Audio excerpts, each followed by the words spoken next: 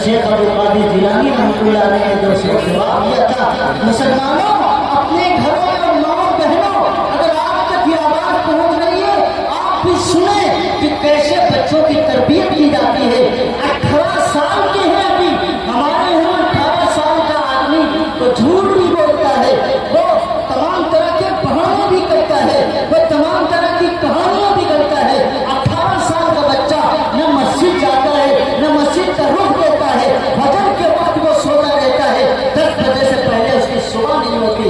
یہ حضرت شیخ عبد القادر جیلانی ہے۔ تم حضرت شیخ عبد القادر جیلانی کے نام پر میری ماں بہنوں فاتحہ دینے والیوں، حضرت شیخ عبد القادر جیلانی کا نام لینے والے کان کھول کے سنیے، حضرت شیخ عبد القادر کی اس بچپن کی حالت کو دیکھیے۔ 18 سال کی عمر ہے اور تقویٰ اور طہارت کا یہ عالم ہے، سچائی اور ایمانداری کا یہ عالم ہے کہ قافلے کے سامنے جب ڈاکو سارا قافلہ لوٹ رہے تھے، اس وقت بھی انہوں نے جو بھی بات کہی وہ حق کہی، سچ کہی، جھوٹ نہیں بولا۔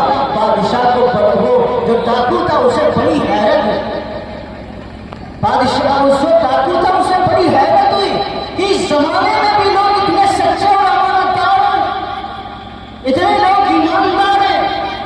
کہا بیٹا یہ تو بتاؤ یہ تمہیں کس نے سبق دیا؟ کہا کہ میری ماں نے مجھے سمجھایا، میری ماں نے مجھے سمجھایا۔ ماں اور بہنوں، یہ شیخ عبد القادر جیلانی جب تک رہے اپنے پاس اپنے شہر میں اپنی ماں کی تربیت میں رہے اور وہاں کے مدرسوں سے پڑھے۔ آج کے زمانے کی طرح مدرسے نہیں تھے، باقاعدہ مدرسوں کا نظام نہیں تھا اس زمانے میں کہ بھی اساتذہ بیٹھے ہوئے ہیں، طلبا بیٹھے ہوئے ہیں اور سارا نظام چل رہا ہے مدرسوں کا نظام۔ اس زمانے میں کسی شہر میں کوئی عالم ہوتا تھا تو سارے کے سارے لوگ اس کے پاس چلے جاتے تھے اور پڑھ لیتے، جہاں تک پڑھنا ہوتا تھا پڑھ لیتے تھے۔ جب اس سے زیادہ آگے پڑھنا ہوتا تھا تو دوسرے شہر میں کسی عالم کے پاس چلے جاتے تھے، مدرسہ نہیں ہوتا تھا۔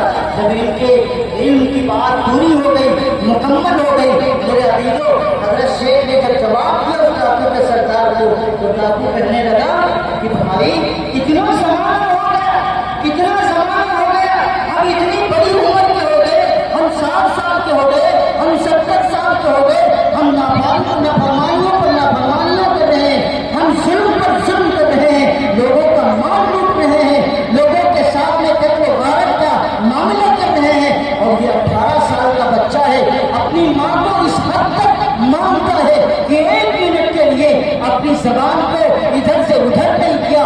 اس کے اندر سچائی ہے، اس کے اندر امانتداری ہے۔ وہ ڈاکوؤں کا سردار کہتا ہے ڈاکوؤں سنو، میں آج سے یہاں سے توبہ کرتا ہوں، آج کے بعد کسی کا مال نہیں لوٹوں گا، آج کے بعد کسی کے ساتھ میں ظلم و زیادتی نہیں کروں گا، باقی تمہارا معاملہ تمہارے حوالے ہے، اگر تم سنبھلنا چاہو تو سنبھلو، ورنہ کوئی بات نہیں ہے، ہمارا اور تمہارا کوئی تعلق نہیں ہے۔ تو وہ سارے ڈاکو کہنے لگے جب برائیوں کے سردار آپ تھے، جب برائی آپ کرتے تھے تو آپ کا ساتھ ہم نے نہیں چھوڑا، جب آپ نے نیکی کا معاملہ اختیار کیا ہے، راستہ اختیار کیا ہے تو ہم کیسے چھوڑ سکتے ہیں آپ؟ یہ وہ بچے ہیں، یہ شیخ عبد القادر اس زمانے کے بچے ہیں جنہوں نے بھٹکتے ہوئے انسانوں کو اور لوٹتے ہوئے انسانوں کو، جنہوں نے مال اور جان کو لوٹا تھا۔ 18 سال کی عمر میں ایک ماں کا جملہ اس کو یاد رہا اور اس نے وہی جملہ پڑھا اور پورا قافلہ پھر سے اللہ کے دین کی طرف راغب ہوا اور دیندار بن گیا، اللہ کی اطاعت کرنے والا بن گیا۔ اسی شیخ عبد القادر جیلانی رحمۃ اللہ علیہ اتنے بڑے عالم ہونے کے بعد انہوں نے بار بار اپنی کتابوں میں لکھا ہے تمہاری نجات اللہ کے دین کے ساتھ ہے، تمہاری نجات اللہ کے دین پر ہے، تمہاری نجات کتاب و سنت پر مضبوطی سے تھامے رہنے پر ہے۔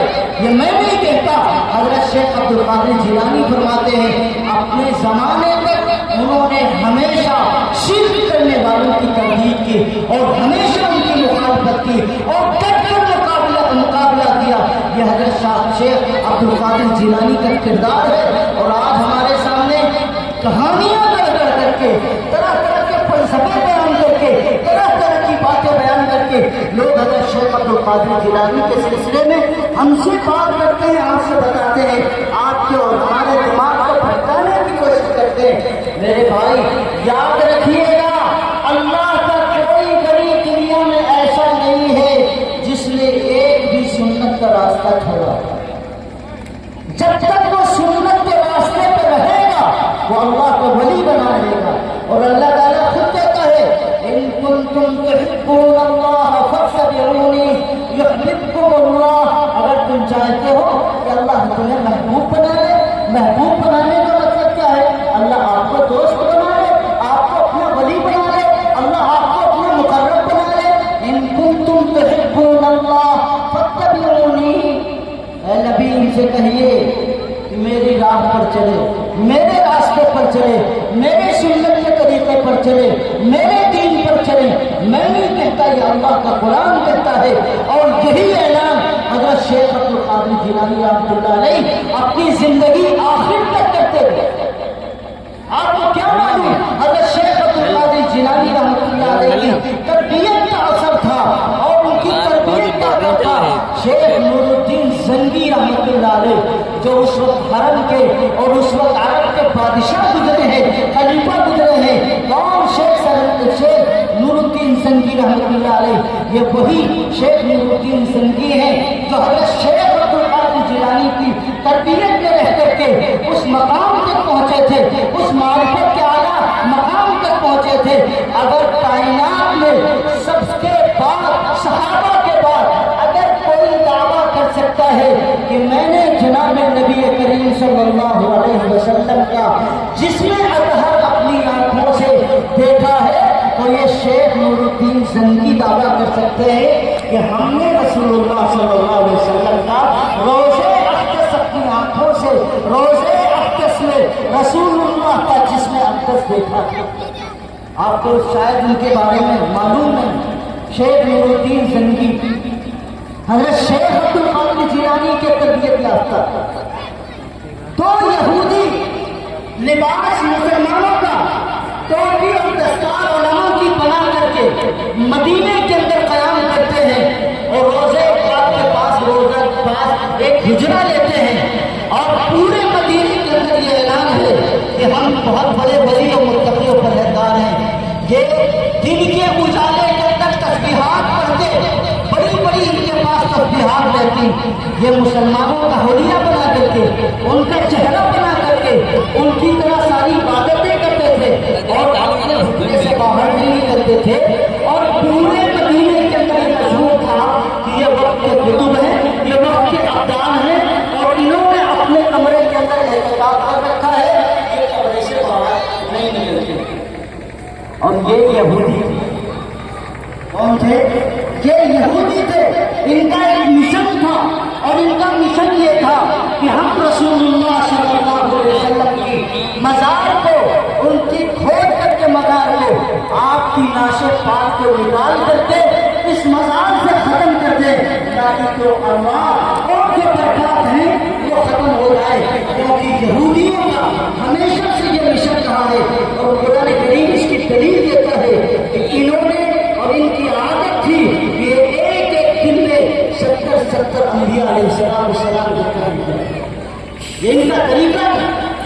یہ یہود آج بھی دنیا میں موجود ہیں، جو ملک اسرائیل بنا ہوا ہے، یہ سارے کے سارے اس میں رہنے والے اکثری جو 95% آبادی ہے، یہ یہودیوں کی آبادی ہے۔ باقی آپ کے سامنے فلسطین اور یہودیوں کی صورتحال سامنے موجود ہے، آپ خوب اچھی طرح جان سکتے ہیں۔ شیخ نور الدین زنگی رحمۃ اللہ علیہ اس وقت خلیفہ تھے، اور یہ دونوں مسلح پر بیٹھ کر کے سرنگ بنا رہے تھے رسول اللہ صلی اللہ علیہ وسلم تک پہنچنے کے لیے۔ رات کو خواب میں شیخ نور الدین زنگی رحمۃ اللہ علیہ کے خواب میں رسول اللہ تشریف لائے، رسول اللہ تشریف لائے خواب میں، اور کہا نور الدین زنگی یہ دو آدمی ہیں۔ رسول اللہ تصویر دکھاتے ہیں کہ یہ دو آدمی ہیں جو میرے قبر کے اور میرے جسم اطہر کے قریب آ رہے ہیں، اور میرے جسم اطہر کے کو اپنے گندے ہاتھوں سے چھینا چاہتے ہیں۔ نور الدین زنگی ان کے خلاف تم کھڑے ہو، ان کو پکڑو۔ ایک مرتبہ خواب آیا، شیخ نور الدین زنکی نے علماء سے بیٹھ کر کے پوچھا کیا ماجرا ہے اس کا؟ علماء نے کہا کوئی مسئلہ تو ہے، خیر اس کو ایک خواب سمجھ کر کے نور الدین زنگی نے ٹال دیا۔ پھر اس کے بعد میں دوبارہ رسول اللہ صلی اللہ علیہ وسلم خواب میں نظر آئے شیخ نور الدین زنگی کے، اور کہا نور الدین زنگی یہ لوگ میرے بہت قریب آ رہے ہیں، تم جلدی فکر کرو۔ شیخ نور الدین زنگی رحمۃ اللہ علیہ نے علماء سے مشورہ کیا اور کہا کہ کیسے ان مجرموں کو پکڑا جائے۔ علماء نے مشورہ دیا مدینے پاک چلیے، اور چلنے کے بعد سارے لوگ جو مدینے کے رہنے والے ہیں سب کو دعوت دیجیے، اور دعوت دینے کے بعد سب کا چہرہ آپ چیک کریں گے، آپ دیکھیں گے اگر کسی کا چہرہ انہیں کی طرح جو رسول اللہ صلی اللہ علیہ وسلم نے آپ کو بتایا ہے اگر اس کے مطابق ملتا ہے تو آپ فوراً مدینے میں نور الدین زنگی پہنچے، اور پہنچنے کے بعد انہوں نے اس وقت سارا اعلان کر دیا کہ ہر کوئی آدمی جو بھی مدینے کے اندر ہے، مدینے میں رہنے والا ہو یا مدینے سے باہر کا رہنے والا ہو، جو بھی اس وقت مدینے میں موجود ہے ہر ایک کے لیے دعوت ہے۔ بادشاہ کی طرف یہ اعلان ہو گیا، سارے لوگ بڑا خوش ہوئے کہ مدینے کے اندر ہمارا آج دسترخوان اتنا بڑا عام ہو رہا ہے، بادشاہ سلامت آج دعوت دے رہے، خلیفہ وقت دعوت دے رہے، سب لوگ آگے، سب کچھ چیک کیا گیا۔ نور الدین زنگی رحمۃ اللہ علیہ نے کہا علماء سے یہ دعوت کھانے والے کوئی بھی ان میں سے آدمی نہیں ہے۔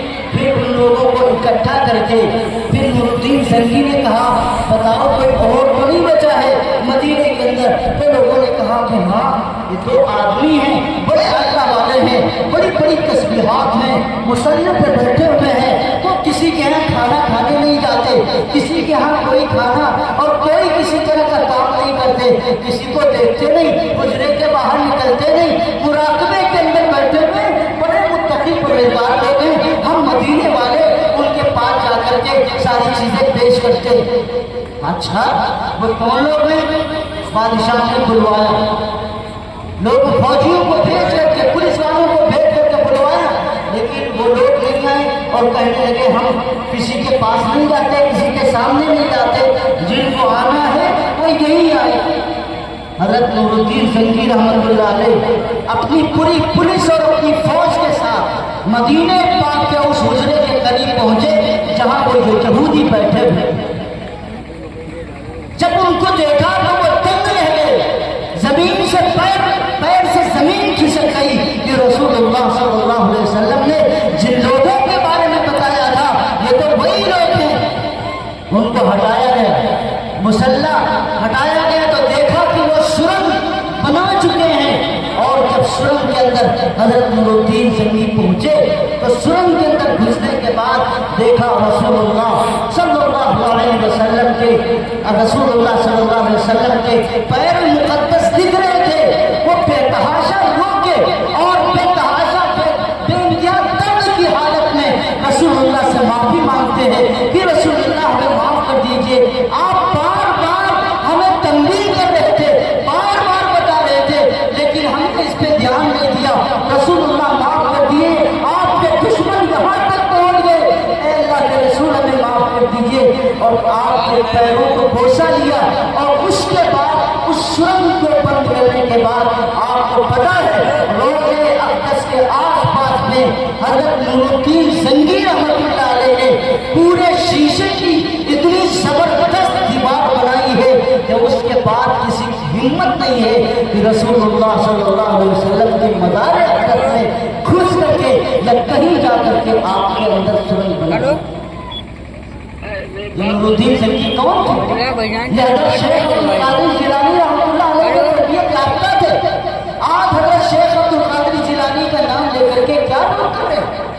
کون سی خرافات کر رہے ہیں؟ جس شیخ عبد القادر جیلانی نے اپنی رہتی زندگی تک ہمیشہ لوگوں کو یہ بتایا کہ تمہیں توحید پر رہنا ہے، تمہیں اللہ کے سامنے ہمیشہ دستبردار رہنا ہے، کھڑا رہنا ہے، اور سنو اپنے لوگوں سے بتایا کہ مصیبت میں اللہ کام آنے والا ہے، پریشانی میں اللہ کام آنے والا ہے، اگر تم کسی کے سامنے سجدہ کرو گے تو صرف اللہ کے سامنے سجدہ کرو گے، کوئی بھی پریشانی کوئی بھی حالت ہوگی تو تم صرف اللہ سے مانگو گے۔ یہ حضرت شیخ عبد القادر جیلانی موبائل چلانے کیا ہو کو تعلیمات دے گئے، اپنے کیا کرے یار تعلیمات دے گئے. آج شیخ عبد القادر جیلانی رحمۃ اللہ علیہ کے پڑھنے والے کیا کرتے ہیں؟ یہ ہوتا ہے ڈیلیٹ تو کر دیجیے. شیخ عبد القادر جیلانی رحمۃ اللہ علیہ ماننے والے کہتے ہیں 11ویں ہے، ہمیں حضرت شیخ کے نام سے بکرا ذبح کرنا ہے.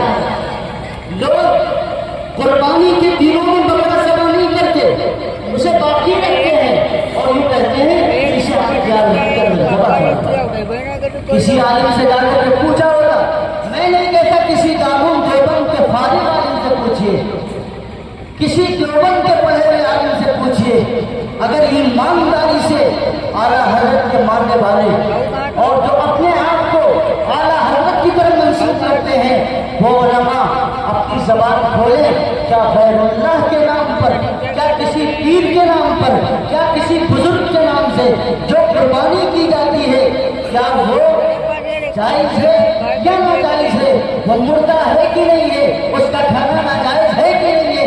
ایمانداری سے کوئی بھی اگر کوئی مرغا بھی حلال کرتا ہے، اگرچہ وہ گوشت اس کا بیچ رہا ہے، کوئی بکرا بھی حلال کرتا ہے اور اس کا گوشت بیچ رہا ہے، اگر وہ جان بوجھ کر کے بسم اللہ نہیں پڑھتا، اللہ کے نام سے قربانی نہیں کرتا، اللہ کے نام سے ذبح نہیں کرتا، تو میرا بھائیو علماء بیٹھے ہیں، آپ کسی سے پوچھ لیجئے ایسے ذبیحے کا کھانا حرام ہے.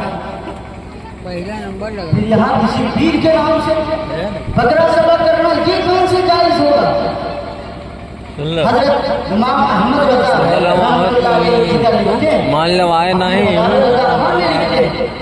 وہ کہتے ہیں کہ کبھی جو بیجا مصرف ہوتے ہیں، بیجا خرچ ہوتے ہیں، ان پہ خرچ کرنے کے بجائے آپ انہیں پیسوں کو غریبوں میں تقسیم کر دو، ان کو صدقہ کر دو اور یقین کرو اس کا ثواب بلا بزرگ کے روح تک پہنچے. اس میں کوئی مذائقہ نہیں.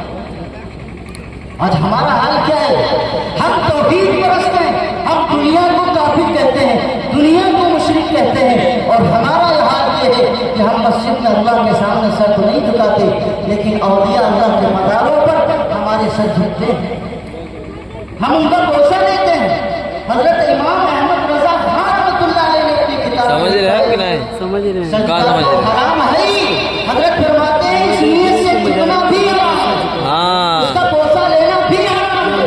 یہ میں نہیں لکھتا، بھانٹن کے ملائی لائے بھانٹ چچا گئے تو تم یہ یقیناً علماء جو پہلے سے متشدد ہیں، یہ اعلیٰ حضرت نے اپنی کتابوں میں لکھا ہے. کم از کم جو اعلیٰ حضرت کو ماننے والے ہیں اپنے اعلیٰ حضرت کی تو مان لے، میری مانے یا نہ مانے، میرے علماء کی مانے یا نہ مانے، کم از کم اپنے اعلیٰ حضرت ہمارے لیے بہت امپورٹنٹ ہے. کل بھی ان کو مانتے تھے، آج بھی مانتے ہیں. اگر ہمارا ان کا کچھ اختلاف ہے تو اپنے علمی بنیاد پر اختلاف ہے، ہم اپنے گھر میں اختلاف کر سکتے ہیں، لیکن یہ مطلب نہیں ہے جو چیز غلط ہو ایک جگہ بن رہی ہے. آدھا گھنٹہ ہوئی گیا گڑبڑ نہیں کروں میں. ابھی شام میں آدھا میلہ کلو نا بہت سارے یہاں نوجوان بیٹھے ہوں گے، بہت سے بزرگ بیٹھے ہوں گے، سب پہنچے ہوں گے برکت حاصل کرنے کے لیے. ہماری مائیں بہنیں پہنچی، منتی چراغ لے کر کے پورے قصبے میں کیوں بنے؟ اگر یہی دیا کوئی ہمارا غیر مسلم بھائی جلاتے دیوالیوں پر تو کہتے ہیں یہ تو کافی ہے، یہ مشرک ہے، کہتے ہیں ان کا کام ہی نہیں ہے. لیکن ہم تو مسلمان ہیں، ہم کچھ بھی کریں، ٹھیکہ ہمارا اسلام پر ہے، ہم تھوڑی مشرک ہوں گے. ہم ٹھیکیدار ہیں اسلام کے، ہم دین کے ٹھیکیدار ہیں. ہم کسی بھی مزار پر اپنا سر لگا دے، کسی بھی مزار پر اپنا سر جھکا دے، ہم کسی بھی مزار سے موم بتی جلا کر کے اور موم بتی اور چراغ لگا کر کے ہم اپنے گھروں میں منتی چراغ کے نام پر لے کے آ جائیں، ہم بات چیت کر لیں. ہم کل بھی مسلمان تھے، آج بھی مسلمان ہیں، وہ آتے بھی مسلمان ہیں. تو کافر نہیں ہوا، تو مشرک بھی نہیں ہوا، تو نے شرک بھی نہیں کیا، اور کام سارے وہی کر رہے. اللہ کے نبی حضرت محمد رسول اللہ صلی اللہ علیہ وسلم نے صاف لفظوں میں اعلان کیا ہے. یہ روایت ہے، اللہ کے نبی نے فرمایا ہے لعنت ہو. رسول اللہ فرماتے ہیں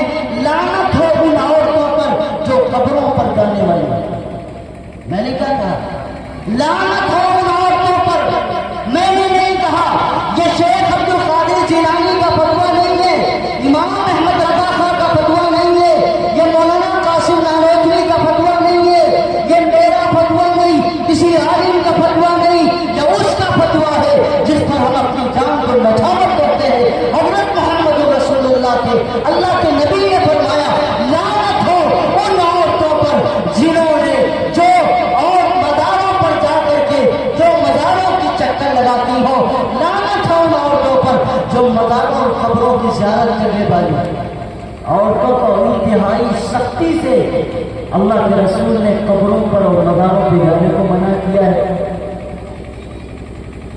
اور مائیں ہماری بہنیں ہماری اگر برا مان رہی ہیں تو یقیناً آپ کو برا لگ رہا ہوگا، لیکن جو حق ہے جو سچ ہے اسے تسلیم کرو.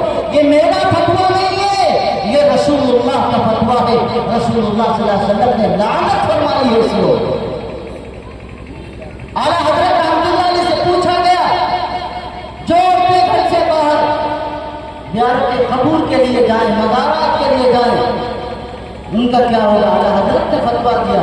تم کہتے ہو ان کے جانے کے بارے میں جانتا ہوں، جو عورتیں اس طرح کی جاتے ہیں ان کے ساتھ میں اللہ تعالیٰ شیطان لگا دیتا ہے، شیطان بھی لگا دیتا ہے. دنیا میں سب سے زیادہ مزارات کے خرافات ہماری ماں اور بہنوں کی وجہ سے. اللہ انہیں عقل سلیم دے، اللہ انہیں صحیح علم دے. جس شرک اور جس کفر کے اندر ہماری ماں اور بہنیں گزر رہی ہیں اور جا رہی ہیں، جسے ہم کفر و شرک نہیں سمجھتے. میں نہیں کہتا مرد اللہ، آپ لوگ سب لوگ، میرا اپنا ایمان ہے اولیاء اللہ ایک بندے ہوتے ہیں. اگر کوئی اولیاء اللہ کو برحق نہیں مانتا مجھے اس کے ایمان پر شک ہے. لیکن اولیاء اللہ کا مطلب یہ نہیں ہے کہ ہم ان کے مقام اور مرتبے کو اتنا بلند کرتے ہیں کہ وہ ہمیں بچہ بھی دینے والے ہیں، ہماری حاجت بھی پورا کرنے والے ہیں، ہماری مشکل کو بھی دور کرنے والے ہیں. ہمارے محلے شیخ اللہ کے پاس ہمارے بچپن میں بہت سارے لوگ تھے، کسی کی بکری گم ہو گئی، مزار پہ گئے بابا جی کے اور جا کر کے وہاں اینٹا لڑنے اب بکری مل گئی. ماں کرے خدا بچپن میں ہم بھی کر گئے، ابھی کر گئے. لوگوں نے کہا تو ہم بھی کر گئے بچپن کا، حالانکہ گھرانہ تو ہمارا علماء کا تھا، لیکن بچپنی میں یہ خطا ہم نے بھی کر گئے.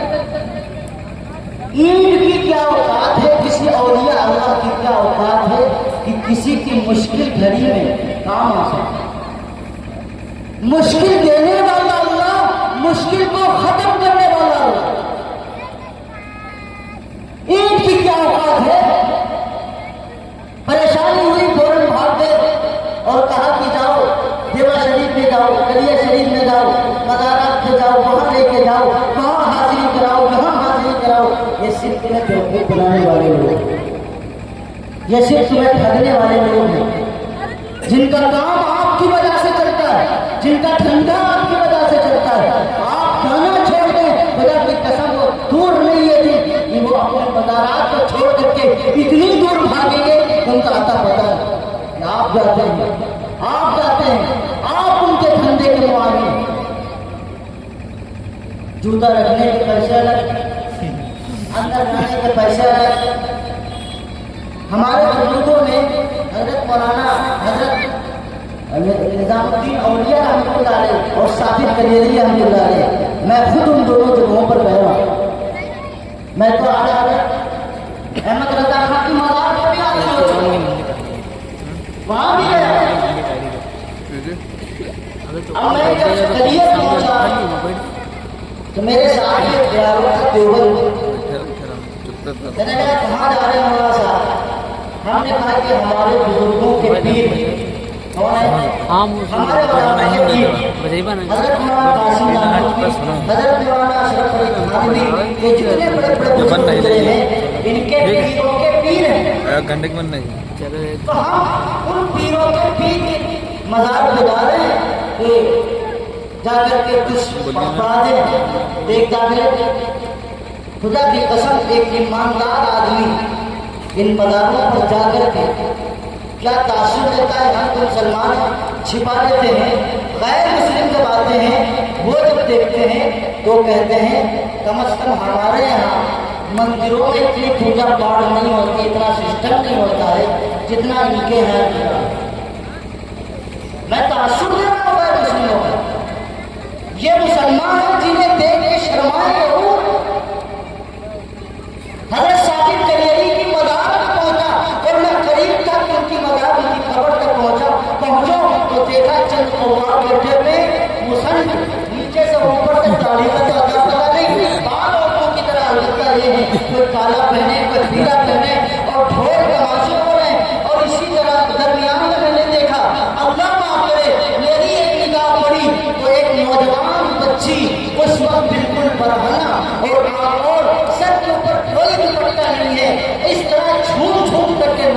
چاہیے. اور میرے بھائی ذرا گریبان پکڑ کے بتاؤ اور مجھے ایمانداری سے بتاؤ، کیا میرے اللہ کے ولی یہی سمجھاتے گئے تھے کہ میری مداروں پر جوان عورتوں کا رقص کرانا، ان کا ناچ کرانا، ڈھول تماشے بجوانا؟ کیا میرے اللہ کے ولی یہی کہہ کے گئے تھے؟ اللہ نے ان کو جو مقام ولایت عطا فرمایا تھا وہ اس بنیاد پر عطا فرمایا تھا کیونکہ وہ رسول اللہ صلی اللہ علیہ وسلم کی اتباع کرتے. اللہ کا شکر ہے میرے جو پیر ہیں سلسلے میں، میرے جو پیر ہیں وہ بھی چشتی ہیں. ہم ساتھی کلیری ہمارے پیر، ان کے پیروں کے پیر ساتھی کلیری. ہم سلسلے قادریہ سے بھی وابستہ ہیں، صحبتیہ سے بھی وابستہ ہیں، لیکن ان بزرگوں نے کہیں بھی کسی جگہ پر بھی شرک کی تعلیم نہیں دی، ہمیشہ شرک کی مخالفت. خواجہ نظام الدین کے مرکز کے بالکل قریب ہے، وہاں بھی یہی صورت ہے، کسی نہ کسی انداز میں وہاں کنٹرول رہتا ہے. لیکن سب سے زیادہ خرابات دیوا شریف میں چلے جاؤ، وہاں چلے جاؤ، جن مداروں پہ جاؤ اللہ کے ولیوں کے مداروں پہ عجیب و غریب حالات ہے. میرا عقیدو، میرا مقصد یقیناً اللہ کے ولی کے کسی ولی کے مقام کو نیچا کرنا نہیں ہے، آپ کو سمجھانا ہے یہ اللہ کے ولی ہے. آپ یہ تلاش کریے کہ اللہ تعالیٰ نے جو ولایت ان کے مقام کو ان کو یہاں تک پہنچایا ہے وہ کس وجہ سے ہے. اللہ نے ان کو ولی بنایا ہے تو کیوں بنایا؟ آج لوگوں نے تصوف کو اور پیری مریدی کو دھندا بنا دیا. میں نے قرآن کی آیت پڑھی تھی آپ کے سامنے. اللہ تعالیٰ قرآن میں کہتا ہے وہ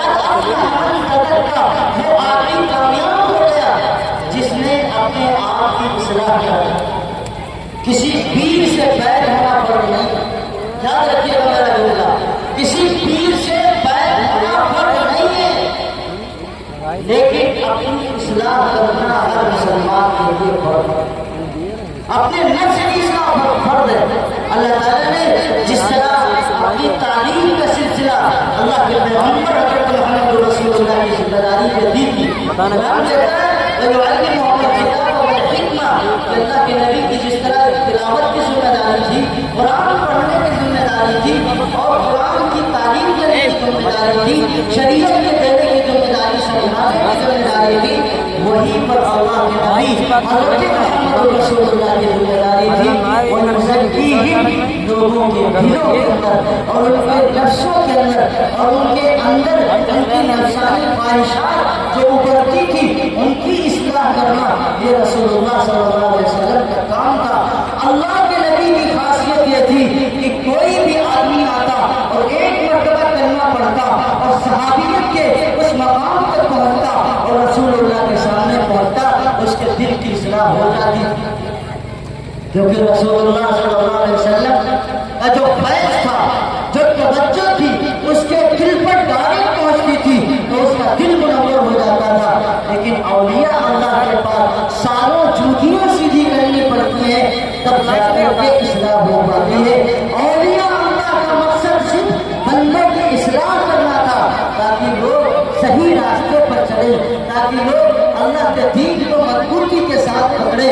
اور جب ہمارے سماج میں، ہمارے ماحول، ہمارے شہر کے اندر آپ گلی گلی حالات ہیں، لوگ اپنے گھروں میں اور ویسے بھی گاڑی میں بیٹھے ہیں، اچھے خاصے سمجھدار، چہرے سے دیندار لگتے ہیں، قوالی لگا دی،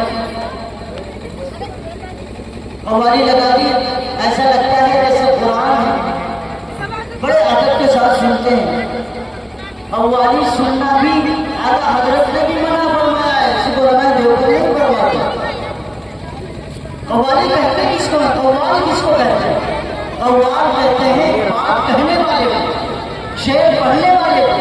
پرانے زمانے میں ہوتا یہ تھا کہ یہ بزرگ حضرات پڑھتے تھے اور کوئی ایسے اشعار پڑھتے تھے جس میں اللہ کے اور اللہ کے رسول صلی اللہ علیہ وسلم کی تعریف ہوتی تھی، اللہ اور اس کے رسول کی تعلیمات کی بات ہوتی تھی، تو ان کے اوپر حالت پیدا ہوتی تھی، رسول اللہ کی محبت ان کے اندر پیدا ہوتی تھی، رسول اللہ کی محبت ان کے اندر غالب ہوتی تھی.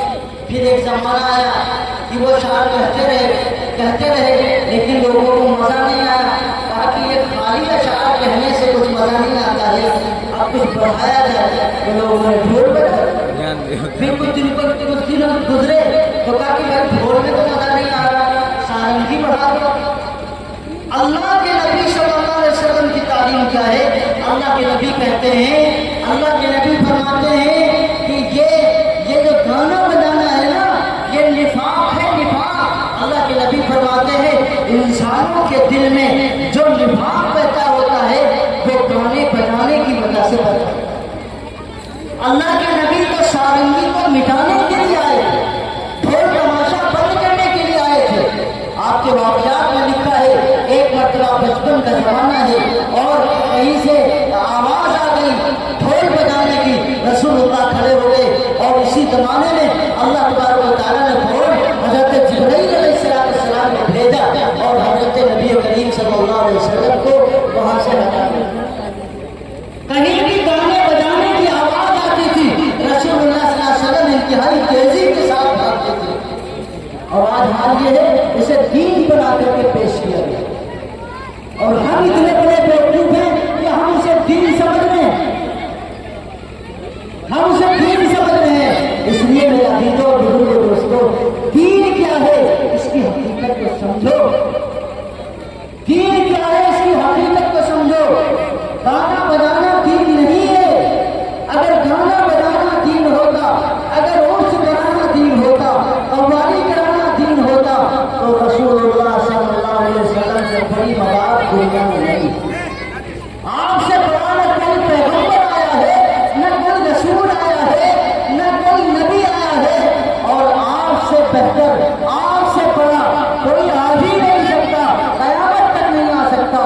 اگر عرس کی بات ہوتی، اگر میرے پیغمبر کے روزے پاک پر دینے کی بات ہوتی تو رسول اللہ کہتے ابو بکر صدیق میرے مرنے کے بعد میری قبر پر عرس کرنا، میرے مرنے کے بعد میری قبر پر قوالی کرانا، میرے مرنے کے بعد میری قبر پر میلہ لگانا، میرے مرنے کے بعد میری قبر پر واقعات کا سلسلہ جیسے ہندوستان میں چراغ جلانا، اگربتی جلانا اور اسی طرح چادریں جلانا۔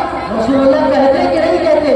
رسول اللہ فرماتے ہیں ان عورتوں پر بھی لعنت جنہوں نے صرف قبروں کی زیارت کے لیے اور قبروں کی زیارت کے لیے نکلی ہے، اور اسی طرح ان لوگوں پر بھی لعنت جنہوں نے اولیاء اللہ کے مزار کو سجدگاہ بنا لیا اور اس پہ سجدہ کرنا شروع کر دیا، اور ان پر بھی لعنت جنہوں نے مسجدوں، جنہوں نے مزارات پر چراغاں کیا۔ میں نہیں کہتا رسول اللہ کی حدیث میں کسی دیوبندی کا فتویٰ نہیں ہے، یہ اس آدمی کا فتویٰ ہے، اس ذات کا فتویٰ ہے جو آمنہ کے نام حضرت محمد رسول اللہ۔ میں نہیں کہتا کسی دیوبندی کی مانیے، میں نہیں کہتا کسی بریلوی کی مانیے، مانیے جناب محمد رسول اللہ صلی اللہ علیہ وسلم کی۔ اس لیے میرا عزیزو، آج 1400 سال گزرتے کسی پیغمبر کے صحابی پر، کسی پیغمبر کی صحابی کے مزار پر کوئی کام نہیں ہوتا، نہ ان کی ولادت پر، نہ ان کی وفات پر، نہ قوالی، نہ عرس، نہ ڈھول، نہ تماشا، نہ عورتوں کی بھیڑ۔ میرا عزیزو، لیکن افسوس ہے ہم نے دین کو بدل دیا اور دنیا کو پیغام دیا۔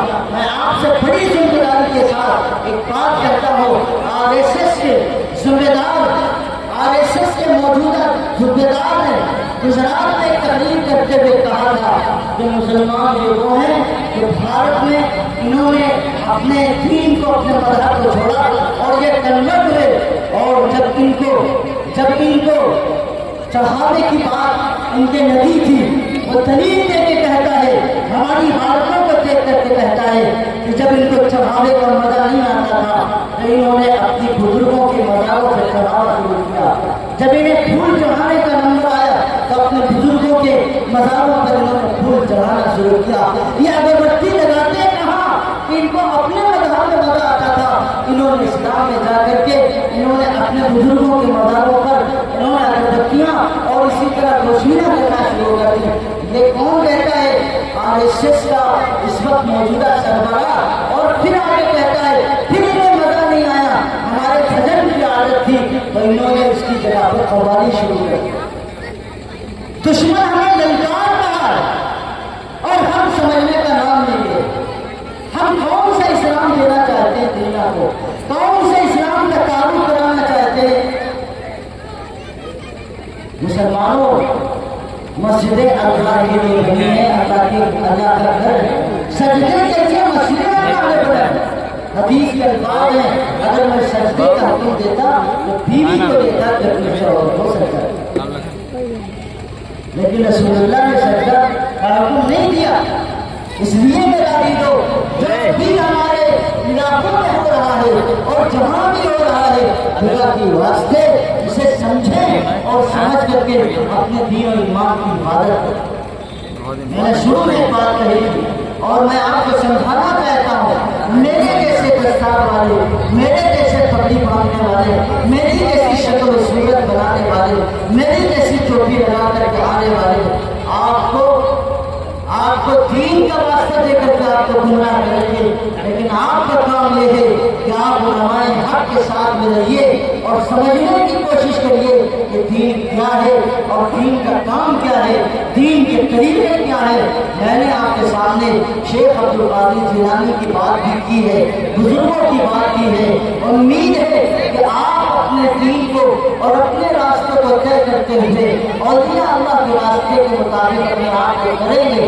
اور یہ سوچیے کہ اولیاء اللہ اس مقام تک پہنچے ہیں تو کس وجہ سے پہنچے ہیں. اللہ کے نبی نے فرمایا اولیاء اللہ کی سب سے بڑی پہچان یہ ہے جب تم دیکھو تو تمہیں اللہ یاد آ جائے.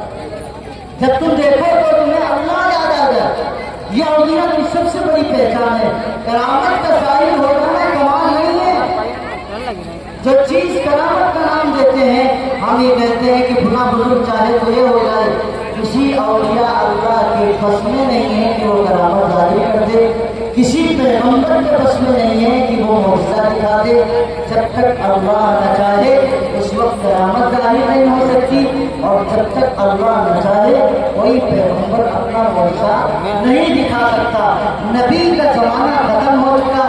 آخری پیغمبر حضرت محمد رسول اللہ دنیا سے جا چکے. اب کوئی پیغمبر آنے والا نہیں ہے. ایک دروازہ کھلا ہے، ولیوں کا دروازہ کھلا ہے، اولیاء اللہ کا دروازہ کھلا ہے. ہم کہتے ہیں کہ آج کے زمانے میں کوئی شیخ عبد القادر جیلانی کیوں نہیں پیدا ہوتا، شادی میں یہی کیوں نہیں پیدا ہوتا؟ ہاں، اس لیے پیدا نہیں ہوتا کیونکہ ہمارا مال بھی حلال نہیں ہے، ہمارا مال بھی حلال نہیں ہے، ہماری نیتیں بھی خالص نہیں ہے. اور وہ مائیں اپنے بزرگوں کو، اولیاء اللہ کو وہ جنم دینا بند کر چکی ہے.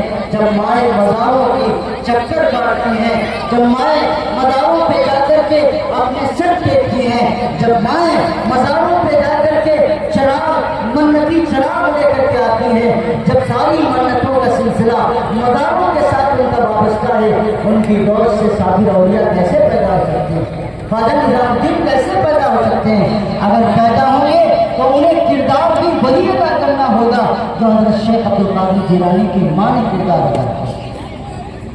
جب تک ماں نیک نہیں ہوگی، ان کے اندر تقویٰ اور طہارت نہیں ہوگا، توحید ان کے دل و دماغ میں نہیں بسے گی، اس وقت تک ان کے دودوں سے اولیاء اللہ نہیں پیدا ہو سکتے. اس لیے میرا عزیزو، میں جو بھی آپ سے بات کر رہا ہوں اور کہہ رہا ہوں، اگر آپ کو کوئی تکلیف ہوئی ہو، خدا کے واسطے میں معافی چاہتا ہوں. لیکن یہ بات برحق ہے، یہ سچ ہے. ہم جس حیثیت کے مسلمان بن چکے ہیں، اگر کوئی ایک ہوا اڑا دے، ہمارا ایمان کیا ہے؟ ہوا اڑا دے. ابھی میں بہت سال پہلے کی بات نہیں ہے، رات کو 12:30 بجے خبر اڑی کہ لوگ پتھر بننے لکھنؤ میں، دلی میں. ٹیلی فون کا زمانہ، شیطان تو بہت بڑا والا ہے اور تم سے زیادہ ٹیکنالوجی جانتا ہے. وہ جانتا ہے آج مسلمانوں کا ایمان چیک کرنا کتنے مسلمان ہیں. میں بستر پہ لیٹا ہوا تھا، گھنٹی بجی. مفتی صاحب سنا ہے کہ آج لوگ پتھر ہو جائیں گے، تو ہم نے کہا ہو جائیں گے تو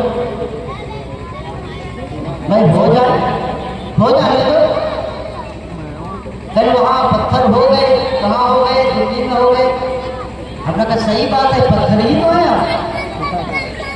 اللہ کی مار پڑتی تو کہاں ہمیں سمجھ میں آتا. روز ہمارے محلوں سے جنازے اٹھ رہے ہیں، لیکن توبہ کی توفیق نہیں ہے؟ روز بخار میں 1 منٹ میں بچے جا رہے ہیں، جوان اٹھ رہے ہیں، بوڑھے اٹھ رہے ہیں، اٹیک پر اٹیک پڑ رہے ہیں، دماغ کی نسیں پھٹ رہی ہیں، لیکن کہاں ہم کو شعور ہے؟ 2 دن تک ہمارے گھر کے اندر ماتم چھاتا ہے، پھر وہی حرام خوری، پھر وہی بدماشی، پھر وہی ناناکی، پھر وہی حالات، کہاں ہم سمجھنے کا نام لے رہے ہیں؟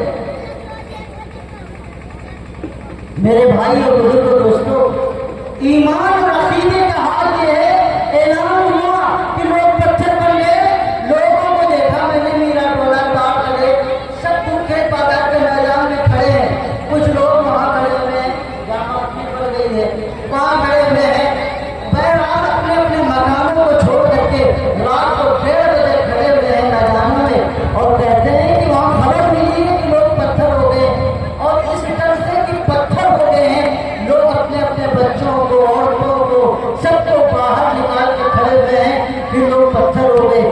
ان کا اتنا ایمان اور یقین متصدر ہے کہ اگر کوئی کہے کہ بھلا آدمی بکری بن گیا ہے، بھلا آدمی گدھا بن گیا ہے، تو یہ مان لیں گے، لیکن مولوی اگر منبر سے اعلان کرتا ہے کہ رسول اللہ یہ کہتے ہیں، رسول اللہ یہ منع کرتے ہیں، رسول اللہ یہ بتاتے ہیں، تو یہ یقین نہیں ہے۔ لیکن سوشل نیٹ ورک پر اگر پتھر کی خبر مل جائے تو یہ سب ایمان قبول کر لیتے ہیں۔ کیا اس قوم سے یہ امید رکھی جائے، کیا ان لوگوں سے یہ امید رکھی جائے کہ دجال آ جائے اور کہے کہ مجھے خدا مانو، تو یہ خدا کو نہیں مانیں گے؟ کیا اس قوم سے یہ امید رکھی جائے؟ جو قوم ایک خبر پر پتھر بننے کی وجہ سے میدان میں آ جاتی ہے، اگر کوئی آ کر کے یہ کہے کہ میں سب کچھ کر دوں گا، ایک کو ماروں گا، ایک کو زندہ کر دوں گا، ایک کو چھوڑ دوں گا، جب تم کہو کہ بارش برسا دوں گا، جب تم کہو کہ یہ کر دوں گا، تو ہمارے لوگ کیا کریں گے؟ ہمارے لوگ یقین کریں گے کہ نہیں؟ کتنے مسلمان باقی بچیں گے؟ اس لیے میں آپ سے عرض کرتا ہوں، خدا را دین کی حقیقت کو سمجھو، علماء کے پاس بیٹھو، دینی مجلسوں میں بیٹھو، علماء کے پاس جاؤ، جماعت کے نظام میں شامل ہو، خانقاہوں کے نظام میں شامل ہو، بیٹھو۔ دین سیکھنے سے آتا ہے، دین یوٹیوب پر تقریریں سننے سے نہیں آتا، فیس بک چلانے سے نہیں آتا۔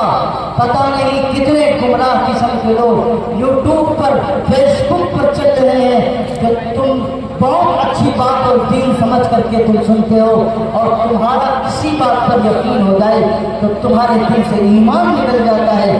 کسی آدمی کی تقریر سننے سے پہلے اپنے معتبر علماء سے بات جا کر کے پوچھو کہ اس آدمی کی تقریر سنیں کہ نہ سنیں۔ جب تک آپ اس بات کی تاکید نہ کر لیں، اس وقت فیس بک، واٹس ایپ سے اور اسی طرح تمام جو سوشل نیٹ ورک پہ چلتا ہے، ان کی تقریریں نہ سنیے، کیونکہ دین ہی کے راستے سے لوگوں کو گمراہ کیا جائے گا۔ شیطان گمراہ جب کرنے حضرت آدم علیہ السلام کو آیا تھا تو وہ کس انداز میں آیا تھا؟ وہ ڈکیت بن کر کے نہیں آیا تھا، وہ بزرگ بن کر کے آیا تھا، جنت کے کونے میں بیٹھا رو رہا تھا، چلا رہا تھا اور کہتا تھا، ماں حوا سے کہتا تھا، اللہ نے یوں ہی کہا ہے کہ درخت کے قریب نہ جانا، تم چلے جاؤ۔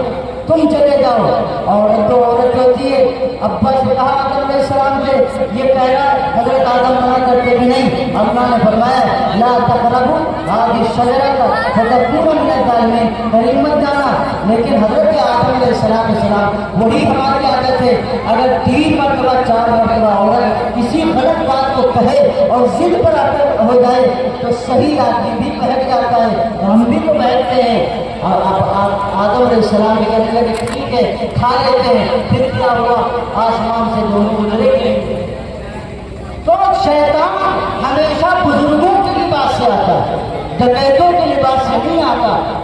اس لیے میں آپ سے عرض کرتا ہوں، اور اللہ کے بندو، بات کسی کی کتنی اچھی لگے لیکن یہ تحقیق کرو یہ عالم کون سا ہے، ہمارے مزاج کا ہے کہ نہیں، ہمارے مطابق ہے کہ نہیں۔ اپنے علماء سے پوچھو، اللہ سے دعا کریں کہ الہ العالمین ہم سب کو علماء کی، اولیاء اللہ کی صحیح معنوں میں قدر عطا کرنے کی توفیق عطا فرمائے۔ جو اولیاء اللہ نے ہمیں تعلیم دی ہے، جو بزرگان دین نے ہمیں تعلیم دی ہے، جو انبیاء علیہ السلام نے ہمیں تعلیم دی ہے، اس کے مطابق عمل کرنے کی توفیق نصیب فرمائے۔ آمین۔ وآخر دعوانا الحمدللہ رب العالمین۔ ماشاء اللہ یہ تھے حضرت مولانا مفتی ہدایت احمد صاحب قاسمی جامع ان کے قیمتی خطاب سے مولا محفوظ ہو رہے تھے.